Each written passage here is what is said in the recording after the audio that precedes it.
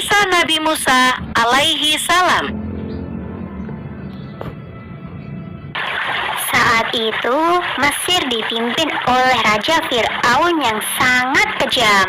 Fir'aun tidak mau jika suatu hari nanti ada orang yang merebut tahtanya. Maka, ia memerintahkan agar semua bayi laki-laki dibunuh. Perintah Fir'aun itu membuat Yukabat merasa takut karena ia telah melahirkan seorang anak laki-laki. Atas petunjuk dari Allah, Yukabat meletakkan bayinya di sebuah keranjang dan menghanyutkannya di sungai Nil.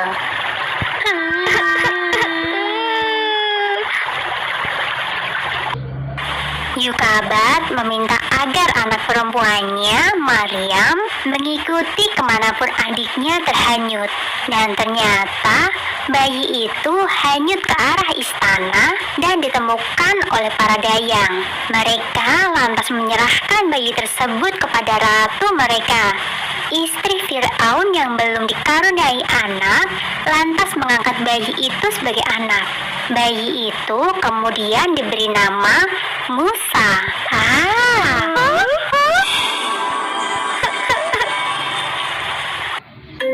Musa terus-menerus menangis dan tidak mau menyusu pada dayang istana. Akhirnya sang ratu mencari seorang ibu susu bagi Musa.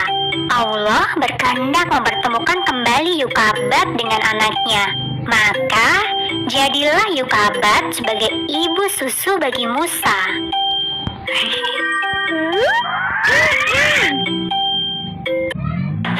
Suatu hari, saat sedang berada dalam pangkuan Fir'aun, Musa kecil tanpa sengaja menarik janggut Fir'aun dengan keras. Ketika itu juga, Fir'aun memerintahkan agar Musa dibunuh. Namun, karena istrinya terus-menerus membujuknya, akhirnya Fir'aun pun mengampuni Musa.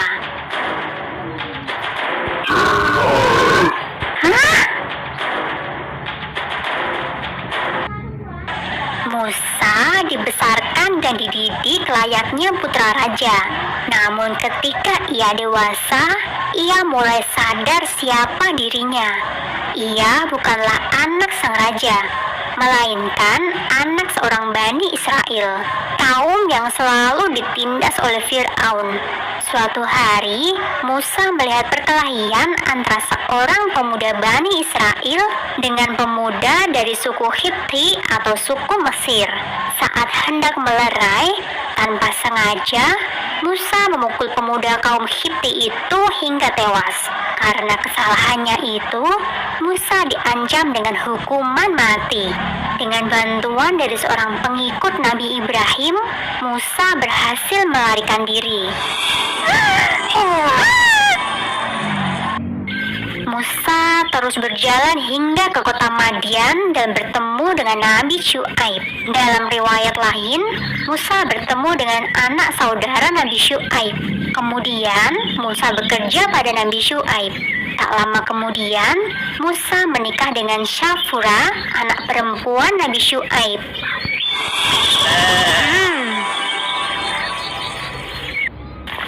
Setelah 10 tahun lamanya, Musa berkeinginan untuk pulang ke Mesir.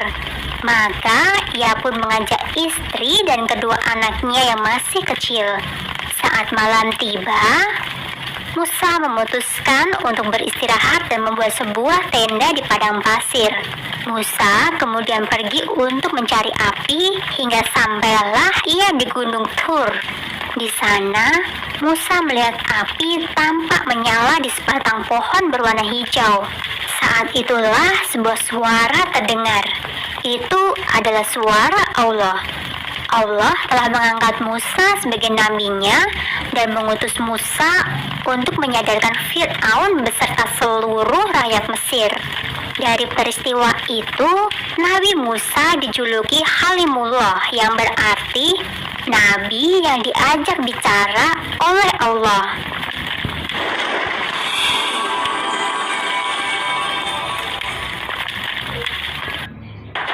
Setelah pulang ke rumah ibunya, ia mengajak Harun, saudaranya, untuk pergi menemui Raja Fir'aun.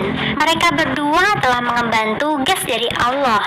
Di dalam istana Fir'aun, Musa beserta Harun dengan lantang menyerukan bahwa mereka adalah utusan Allah dan tiada Tuhan selain Allah.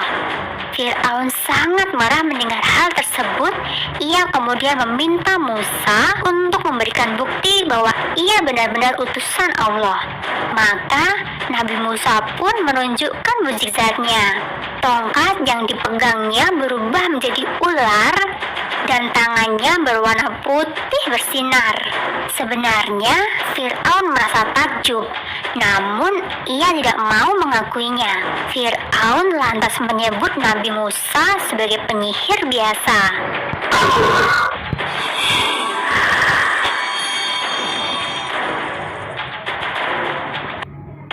Untuk membuktikan bahwa ia lebih hebat dari Nabi Musa, Fir'aun mengumpulkan 3 penyihir terhebat untuk melawan Nabi Musa. Satu persatu penyihir istana berhasil merubah tongkat mereka menjadi ular berbisa. Di bawah perlindungan Allah, Nabi Musa merubah tongkatnya menjadi seekor ular raksasa yang kemudian melahap semua ular milik para penyihir. Para penyihir yang menyaksikan keajaiban itu pun langsung bersujud dan memohon ampun kepada Nabi Musa.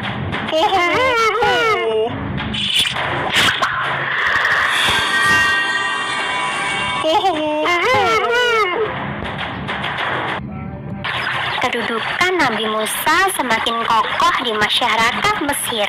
Namun, Fir'aun dan pengikutnya tetap saja menolak dakwah Nabi Musa. Nabi Musa pun berdoa kepada Allah untuk memberikan petunjuk. Maka, Allah memberikan ujian berupa kemarau yang sangat panjang. Rakyat Mesir bersama-sama menghadap kepada Nabi Musa dan meminta pertolongan. Setelah bencana itu lewat, masyarakat Mesir kembali ke dalam kemusyrikan. Allah kemudian menurunkan bencana berupa hama belalang. Setelah hama belalang, Allah kembali mengirimkan hama kutu. Dan setelah itu, Allah merubah seluruh air di Mesir menjadi darah. Namun semua itu tidak menjadikan Fir'aun sadar. Ia justru semakin membenci Nabi Musa.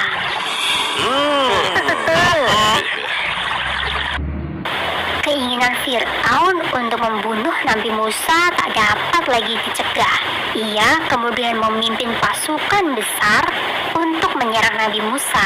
Dengan bimbingan dari Allah, Nabi Musa dan pengikutnya lari hingga ke tepi Laut Merah. Nabi Musa terjepit antara lautan dan pasukan Fir'aun. Saat itulah Allah kembali memberikan mukjizat kepada Nabi Musa.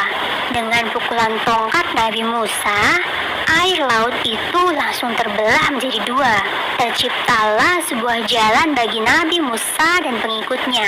Setelah sampai di seberang Laut Merah, Nabi Musa kembali memukulkan tongkatnya. Seketika itu juga, air laut kembali menyatu dan menenggelamkan pasukan Fir'aun.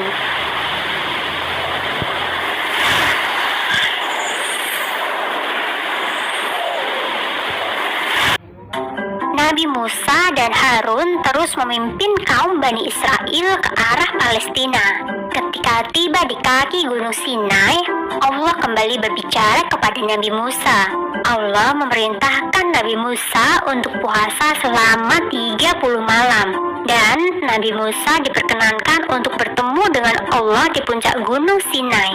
Kemudian Allah meminta Nabi Musa untuk mengenapkan puasanya menjadi 40 malam. Setelah Nabi Musa selesai, Allah memberikan kitab Taurat kepada Nabi Musa, sebuah kitab yang berisi tuntunan kehidupan bagi kaum Bani Israel.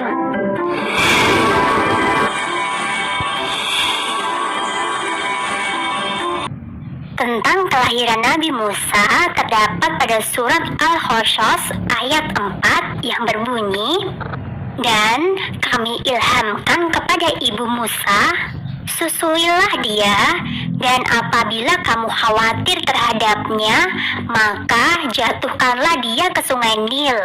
Dan janganlah kamu khawatir dan janganlah pula bersedih hati, karena sesungguhnya kami akan mengembalikannya kepadamu dan menjadikannya salah seorang dari para rasul. Tentang kenabian Nabi Musa, terdapat pada surat Al-A'raf ayat 103 yang berbunyi, "Kemudian kami utus Musa sesudah rasul-rasul itu dengan membawa ayat-ayat kami kepada Fir'aun dan pemuka-pemuka kaumnya. Lalu mereka mengingkari ayat-ayat itu. Maka perhatikanlah bagaimana akibat orang-orang yang membuat kerusakan."